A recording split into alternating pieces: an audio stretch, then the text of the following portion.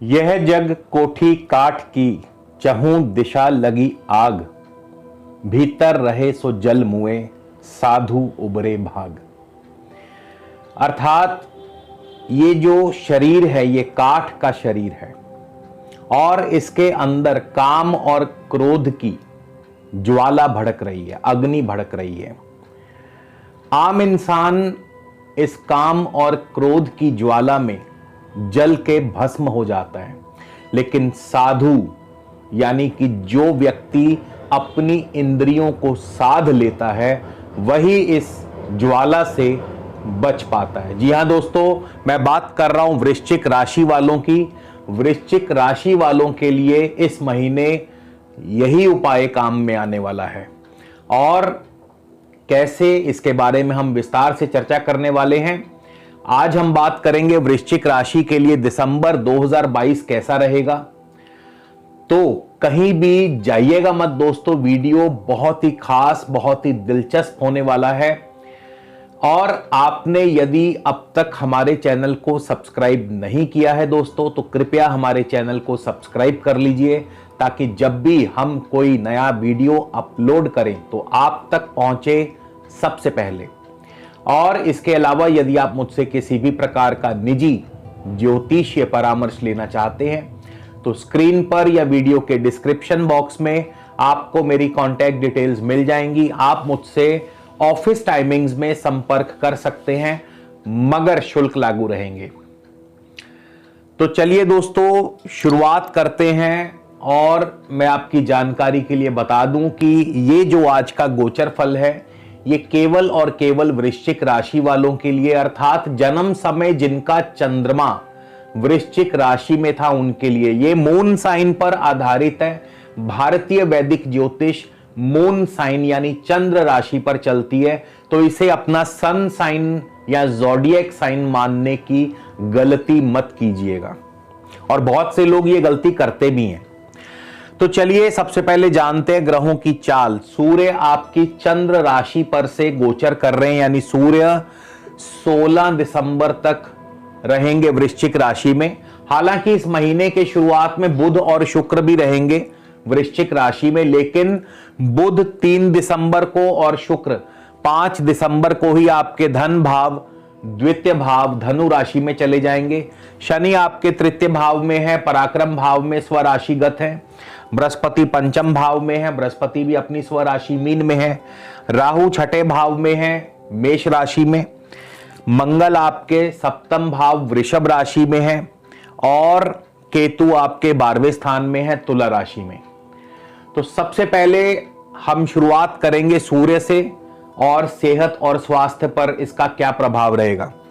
अब देखिए, गौर करिए कि सूर्य जो हैं, वैसे तो सूर्य प्रथम भाव में बहुत ही शुभ फल प्रदान करते हैं और आपके अंदर नई ऊर्जा, नया जोश, नया उत्साह भर देते हैं। लेकिन यहां पे थोड़ा सा ध्यान दीजिएगा कि सूर्य जो कि एक अग्नि ग्रह माने गए हैं, फायरी प्लैनेट, इस समय मंगल की राशि में चल रहे हैं। मंगल सूर्य के मित्र भी हैं, लेकिन वृश्चिक राशि जल तत्व राशि है और अग्नि ग्रह सूर्य जब जल तत्व राशि में जाएंगे तो जाहिर है जल सूर्य को नहीं बुझा सकता। सूर्य की अग्नि को किसी में भी बुझाने का कोई दम नहीं है, लेकिन यहां पे स्वयं जल जो है वो वाष्प होने लगेगा, यानी जल का नुकसान होगा। जब भी सूर्य जल राशि में जाते हैं तो जल राशि का नुकसान होता है, यानी यहां पे सेहत और स्वास्थ्य पर इसका प्रतिकूल प्रभाव पड़ेगा। सेहत और स्वास्थ्य का ध्यान रखना होगा। आपको सर दर्द की शिकायत हो सकती है और वृश्चिक राशि का जो अधिकार है ये हमारे कमर एवं उससे निचले भागों पर है। तो कमर से संबंधी निचले भागों से गुप्त जो प्राइवेट पार्ट्स है वहां पे आपको दिक्कत परेशानी हो सकती है, तकलीफ हो सकती है। तो यहां पे थोड़ा आपको सेहत का, स्वास्थ्य का ध्यान रखना होगा। लेकिन अन्य मामलों में सूर्य बहुत ही शुभ फल देने वाले हैं। सूर्य प्रथम भाव में जब भी आते हैं तो व्यक्ति के जो नेचर है वो काफी डोमिनेंट हो जाती है, यानी आपका जो व्यक्तित्व है वो काफी प्रभावी हो जाता है। और सूर्य यहां पर आपके अधिकार क्षेत्रों में भी वृद्धि करते हैं। और सूर्य देखिए दशम भाव के स्वामी होकर के यहां पे हैं इस समय। दशम भाव के स्वामी सूर्य का प्रथम भाव में गोचर करना, डोमिनेंट नेचर, अधिकार क्षेत्र की वृद्धि, बिजनेस और जॉब के लिए यह स्थिति बहुत ही बढ़िया है। आपके उच्च सरकारी अफसरों से संबंध जुड़ते हैं और उनके माध्यम से आपके कई कार्य भी सफल होते हैं। सूर्य 16 दिसंबर तक यही रहेंगे, फिर सूर्य जो है 16 दिसंबर को द्वितीय भाव में चले जाएंगे, लेकिन आपके द्वितीय भाव में पहले से ही बुध और शुक्र मौजूद हैं। तो बुध और शुक्र जो आपके सेकंड हाउस में है, धनु राशि में है, और धनु राशि जो है ये अग्नि तत्व राशि है।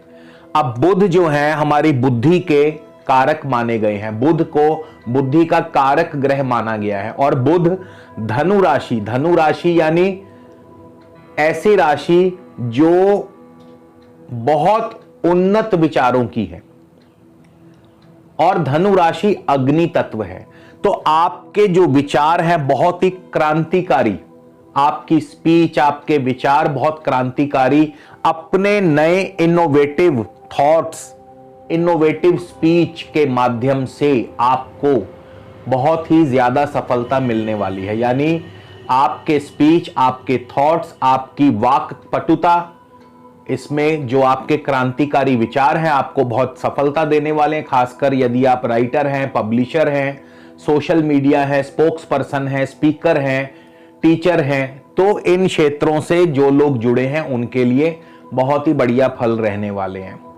और इसके अलावा बुध के ऊपर मंगल की दृष्टि रहेगी। मंगल और बुध दोनों परस्पर शत्रु भी हैं, तो यहां पे मंगल की दृष्टि जो बुध के ऊपर आ रही है, ये कहीं ना कहीं आपके जो बुद्धि को थोड़ा सा गलत दिशा में भी ले जाती है। तो यहां थोड़ा सा आपको ध्यान रखना होगा, गलत दिशा की तरफ आपको नहीं जाना है। बुद्धि को ये भटकाने का कार्य करेंगे मंगल।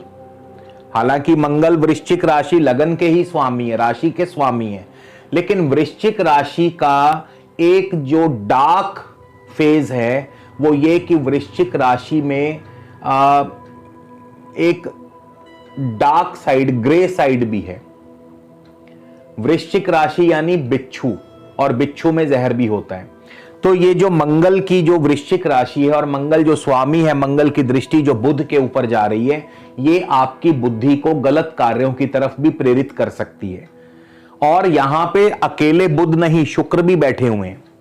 शुक्र भी इस समय धनु राशि यानी अग्नि तत्व राशि में है, और शुक्र के प्रभाव से आपके अंदर लव, लस्ट पैदा होगी, क्योंकि मंगल की सप्तम भाव से दृष्टि भी पड़ रही है। तो ये जो प्रेम है, इसको प्रेम को वासना में और कामुकता में बदल देते हैं, बुद्धि को भ्रमित करते हैं, बुद्धि को गलत कार्यों की तरफ प्रेरित करते हैं और प्रेम को वासना में बदल देते हैं। इसीलिए मैंने कहा था कि आपके अंदर जो अग्नि, जो ज्वाला है, इसको साध लीजिए, अन्यथा इस अग्नि का अर्थ है काम और क्रोध, काम और क्रोध की इस अग्नि में आम व्यक्ति तो अवश्य ही जलकर भस्म होता है, अर्थात उस पर लांछन लगने का अंदेशा रहता है, संभावना रहती है। और इसके अलावा बुध और शुक्र धन के लिए बहुत बढ़िया है, वेल्थ के लिए बहुत बढ़िया है, लग्जरी चीजें दिलाएंगे, सुख साधनों की वृद्धि करेंगे, ऐश्वर्य साधनों की वृद्धि करेंगे। आर्ट्स, म्यूजिक, कला, एक्टिंग, कल्चर, साहित्य, IT, telecom sector, information technology, speech, vocal abilities, जितने भी ये क्षेत्र, इन क्षेत्रों से आप लोग यदि जुड़े हैं तो आपको अवश्य ही सफलता मिलेगी, लेकिन बुद्धि को गलत कार्यों में भटकने मत दीजिएगा। इसके बाद शनि आपके तृतीय भाव में है, और शनि तृतीय भाव अपनी राशि में, मकर राशि में है। अब शनि तीसरे भाव में बहुत ज्यादा मेहनत करवाते हैं, हार्ड वर्क बहुत करना पड़ता है। शनि बिना हार्ड वर्क के कोई फल देते ही नहीं है, और यही हो रहा है पिछले 2-2.5 साल से, क्योंकि शनि पिछले 2.5 वर्षों से मकर राशि में ही चल रहे हैं और हार्ड वर्क तो करवाते हैं और खूब पसीना बहाते हैं। पसीना बहाएंगे तो ही शनि आपको फल देंगे, अन्यथा शनि आपको फल नहीं देंगे। और शनि का जो फल है, खास करके शनि की यहां से दशम दृष्टि है अपनी उच्च राशि तुला के ऊपर, और तुला राशि 12वें स्थान में आती है। तो बड़े बड़े निवेश कार्य, बड़ी बड़ी इन्वेस्टमेंट्स, ह्यूज इन्वेस्टमेंट्स, या विदेशी कार्य या विदेशी माध्यमों से, विदेशी व्यापार से आपको भरपूर सफलता दिलाते हैं, लेकिन आसानी से नहीं कुछ देंगे। शनि जब तक आपसे पूरी मेहनत नहीं करवा लेते, आपका पूरा अंदर से आपको निचोड़ नहीं लेते, पसीना नहीं बहा देते आपका, तब तक शनि सफलता नहीं देंगे। तो ये शनि की खासियत है। और अगर आप पसीना बहा रहे हैं, अगर आपने ऐसा किया है, तो आप यकीन मानिए शनि आपको बहुत ही ज्यादा शुभ फल देंगे। हालांकि यहां से शनि की पंचम भाव पर दृष्टि भी है, शनि की नवम भाव भाग्य भाव पर भी दृष्टि है, लेकिन अब देखिए शनि की पंचम भाव पर दृष्टि तो कहती है संतान सुख में बाधा, और नवम भाव पर दृष्टि कहती है पितृ सुख में बाधा। लेकिन यहां पे अच्छी बात क्या है कि पंचम भाव में बृहस्पति है, और बृहस्पति अपनी ही स्वराशि में है। बृहस्पति वायु कारक हैं, हवा के कारक हैं, वायु, और अपनी स्वराशि मीन में है, जल राशि। जल और वायु, जल और वायु एक दूसरे के अभिन्न अंग हैं। दोनों मिलते हैं तो पानी पैदा होता है। जल और वायु दोनों ही, जल से ही वायु बनती है और वायु से ही जल बनता है। दोनों एक दूसरे के पूरक हैं। जल को आप गर्म कर दीजिए, वाष्प बन के हवा में उड़ जाएगा, और उसी वाष्प से फिर वापस जल में परिवर्तित हो जाएगा। तो जल और वायु एक दूसरे के पूरक हैं, एक दूसरे के अभिन्न हैं। और बृहस्पति पंचम भाव, पंचम भाव किसका है? बुद्धि और विद्या का। अब यहां पे क्या फल देंगे? बुद्धि और विद्या के लिए आपकी इनोवेटिव थॉट्स, आपकी इनोवेटिव और प्रोडक्टिव माइंड, आपकी फिलैंथ्रोपिस्ट थॉट्स और माइंड आपको सफलता दिलाएगा।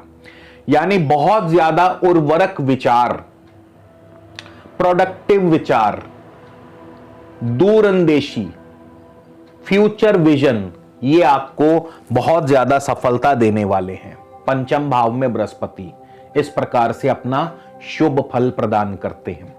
और पंचम भाव क्योंकि शेयर मार्केट का है, शेयर मार्केट से लाभ, पॉलिटिक्स से लाभ, वकालत से लाभ, इसके अलावा टीचिंग से लाभ, विद्यार्थियों को विद्या में उच्च सफलता। तो जितने भी पंचम भाव से जुड़े कार्य हैं, मेडिकल क्षेत्र हो गया, या टीचिंग लाइन हो गया, मैनेजमेंट लाइन हो गया, प्रोडक्शन लाइन हो गई, जितने भी ये क्षेत्र हैं, लॉ हो गया, वकालत हो गई, या फिर आपका पॉलिटिक्स हो गया, तो ये सारे बृहस्पति के अंतर्गत आते हैं। और बृहस्पति बहुत ज्यादा बढ़िया फल देंगे इस महीने। इस महीने क्या, बृहस्पति जब से यहां चल रहे हैं। हाँ, अगर हम वक्री वाला, बृहस्पति का वक्री वाला जो समय है उसको निकाल दें, तो बृहस्पति पंचम भाव में बहुत ही ज्यादा शुभ फल देते हैं। और बृहस्पति की यहां से भाग्य भाव पर दृष्टि है, भाग्य की वृद्धि करते हैं। तो शनि के प्रभाव को यहां कम करते हैं, भाग्य की वृद्धि करते हैं, और लाभ यानी आमदनी के स्रोत बढ़ाते हैं, संतान सुख में वृद्धि करते हैं। तो इस प्रकार से, और बृहस्पति की लगन पर दृष्टि है, तो लगन पर दृष्टि मान सम्मान और पद प्रतिष्ठा भी दिलाते हैं। यानी आपको इस महीने कोई बड़ा मान सम्मान भी प्राप्त हो सकता है, आपके कार्यों की प्रशंसा भी हो सकती है, आपको आपके कर्मों का रिवॉर्ड मिल सकता है, अवार्ड मिल सकता है। राहु छठे भाव में है, मेष राशि में है, अग्नि तत्व राशि में है।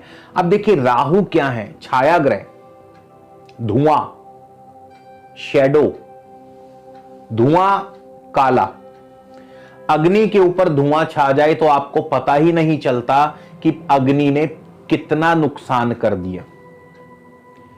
तो यहां पे राहु छठे भाव में, वैसे तो देखिए आम जितने भी ज्योतिष के शास्त्र हैं उसमें बताया गया है कि राहु छठे भाव में बहुत ही अच्छा फल प्रदान करते हैं, लेकिन क्योंकि धुआं अग्नि को ढक लेता है, यहां पे अग्नि राशि में है, मेष राशि अग्नि तत्व राशि है, और अग्नि धुएं को धुआं अग्नि को ढक लेता है तो आपको पता ही नहीं चलता कि नीचे से अग्नि ने कितना कुछ काला कर दिया, यानी अनडायग्नोज डिजीज, ऐसा डिजीज जिसका जल्दी से पता ही नहीं चलता।